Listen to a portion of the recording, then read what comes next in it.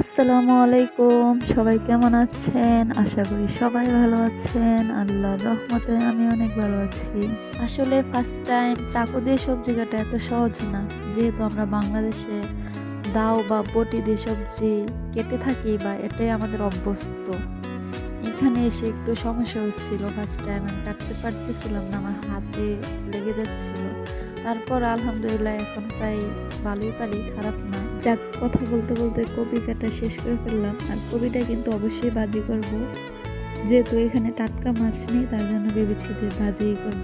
তারপর সাথে দিব একটা আলু, আর আলুটাও ছিলিয়ে একদম ছোট ছোট টুকরা করে করে কপির সাথে দিব।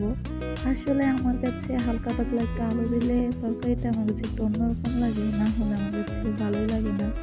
যাই হোক, তারপর আলু কেটে একটা ছাঁকনিতে নিয়ে এখন একটা পেঁয়াজ কেটে নিব। আর পেঁয়াজ কাটার পরে অবশ্যই কিন্তু মরিচ কেটে নিব।